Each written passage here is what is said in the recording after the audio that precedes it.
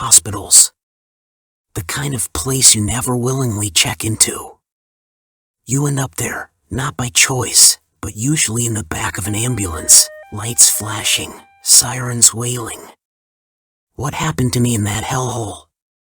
Trust me, it's enough to make you swear off hospitals for life. Picture it. I was a gangly, awkward 14-year-old. The details of why I was stuck in that place don't matter here.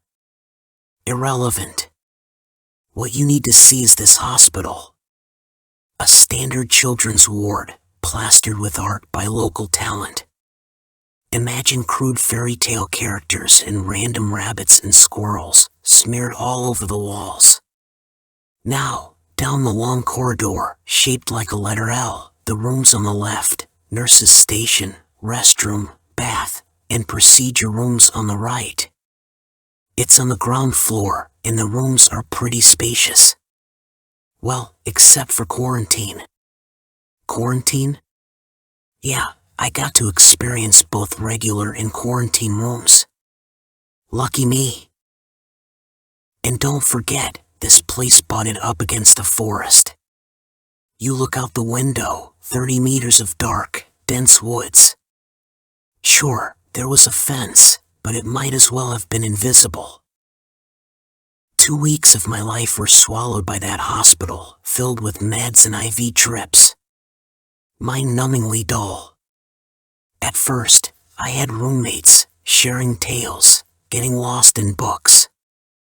But after a week, one was discharged, another shipped off, and the third rolled into surgery. So there I was, all alone. Not that it bothered me much. Every evening, the nurse dished out pills and Benadryl. First, I popped them, but then someone said Benadryl was useless. Sure, it knocked you out cold, but that wasn't so bad in this place.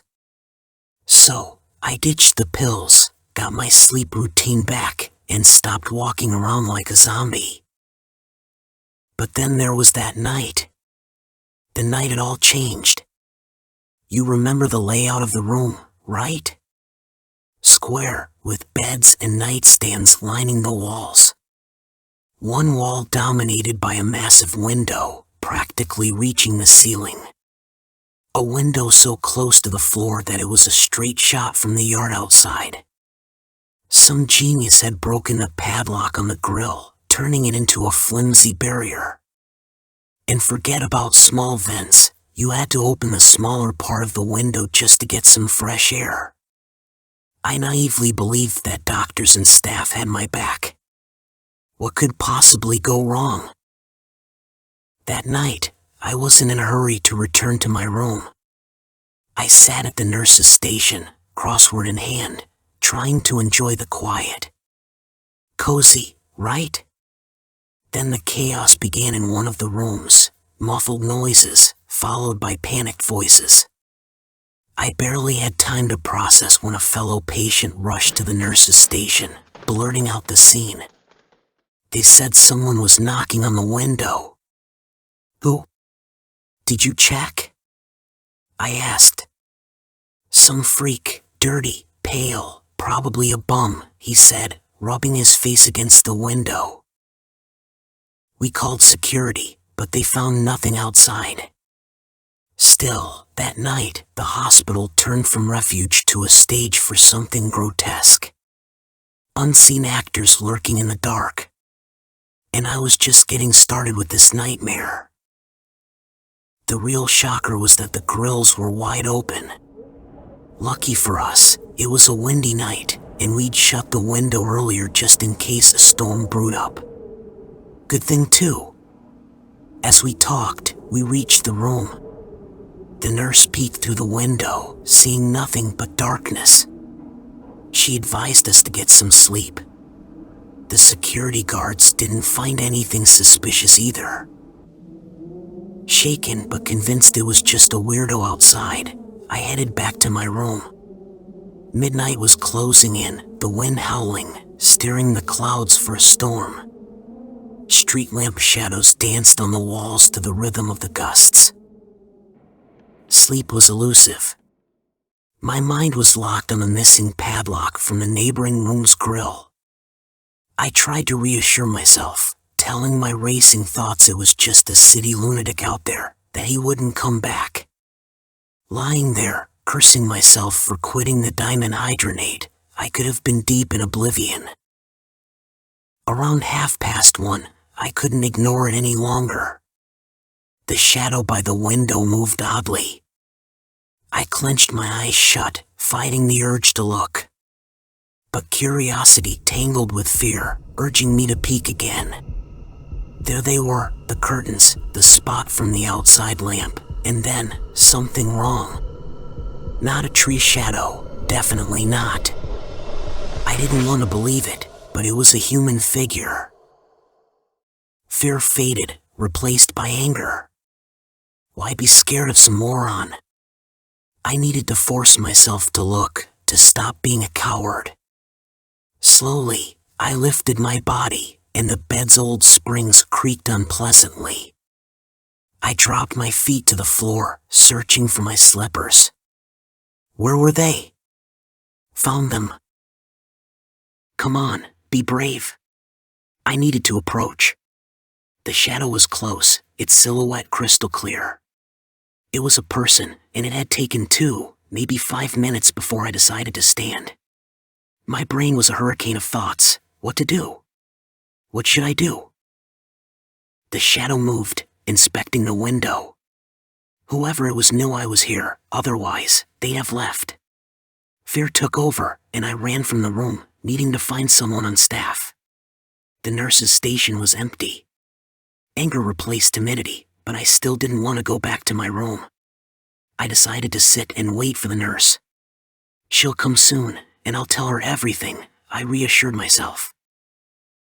I lay on the couch, dozing off a bit. When the nurse finally came, I was relieved but also groggy from the ordeal. I tried to explain someone had been standing there, but when we entered my room, no one was by the window anymore. The nurse scolded me for my overactive imagination and left me in the room, forbidding me to come out. 3 a.m., I fought to fall asleep, my back to the window. Suddenly, panic seized me. I jerked upright, staring at the window.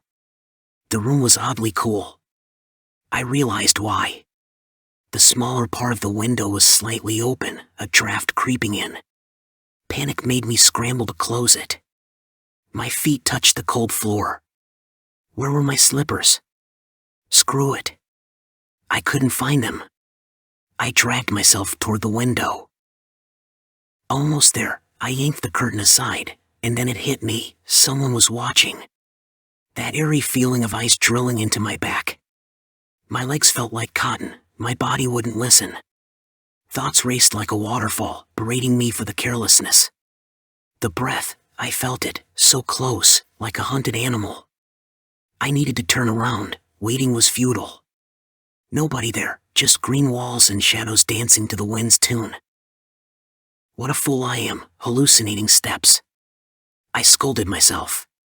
Stress and sleep deprivation play tricks on me. Enough wandering around. Enough excitement for the night. I needed to sleep. It was about 4:30 when I finally managed to drift off to sleep. I don't know how long I'd been sleeping when I woke up. It was still dark, and I couldn't quite grasp what had woken me.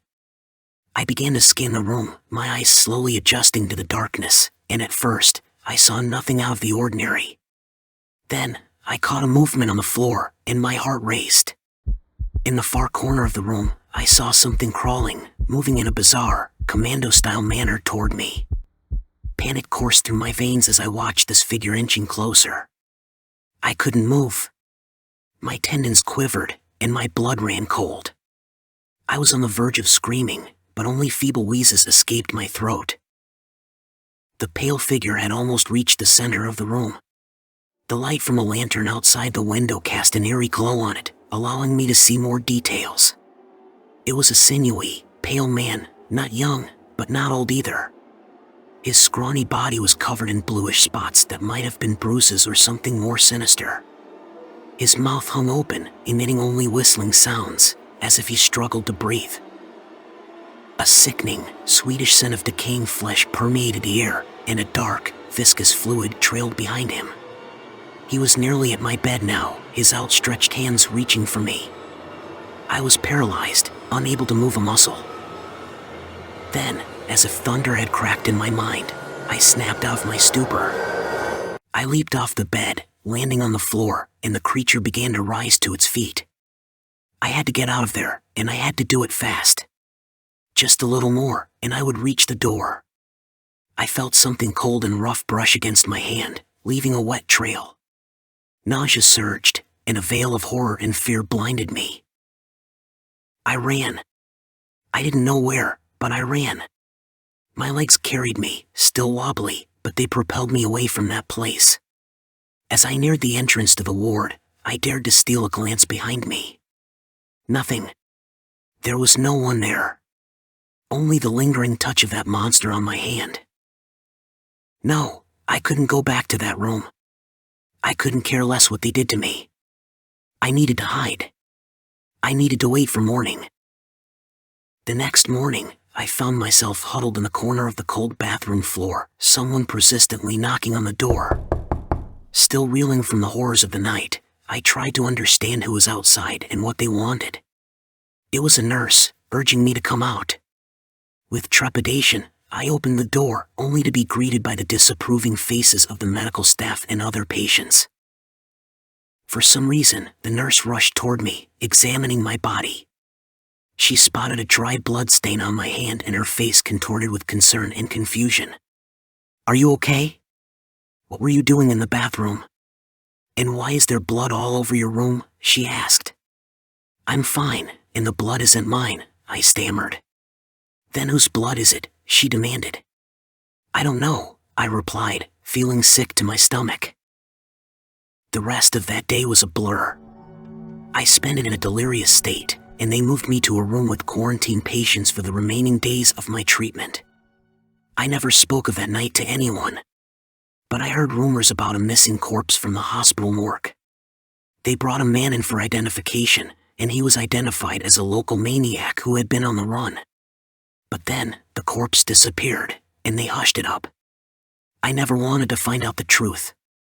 The reality might have been as ugly as that night I spent in the hospital.